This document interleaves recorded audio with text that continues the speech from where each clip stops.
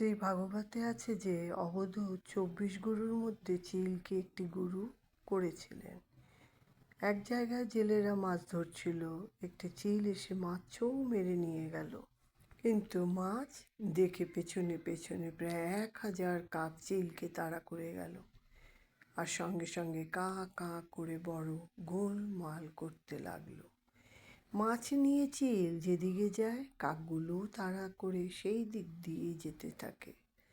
দক্ষিণ দিকে চিলটা গেল, কাকগুলো সেই দিকে গেল, আবার উত্তর দিকে যখন সে গেল ওরাও সেই দিকে গেল। এইরূপে পূর্ব দিকেও পশ্চিম দিকেও চিল ঘুরতে লাগলো। শেষে ব্যতিব্যস্ত হয়ে ঘুরতে ঘুরতে মাছটা তার কাছ থেকে পড়ে গেল। তখন কাকগুলো চিলকে ছেড়ে মাছের দিকে গেল। চিল তখন নিশ্চিন্ত হয়ে একটা গাছের ডালের উপর গিয়ে বসলো। বসে ভাবতে লাগলো, ওই মাছটা যত গোল করেছিল, এখন মাছ কাছে নাই, আমি নিশ্চিন্ত হলুম।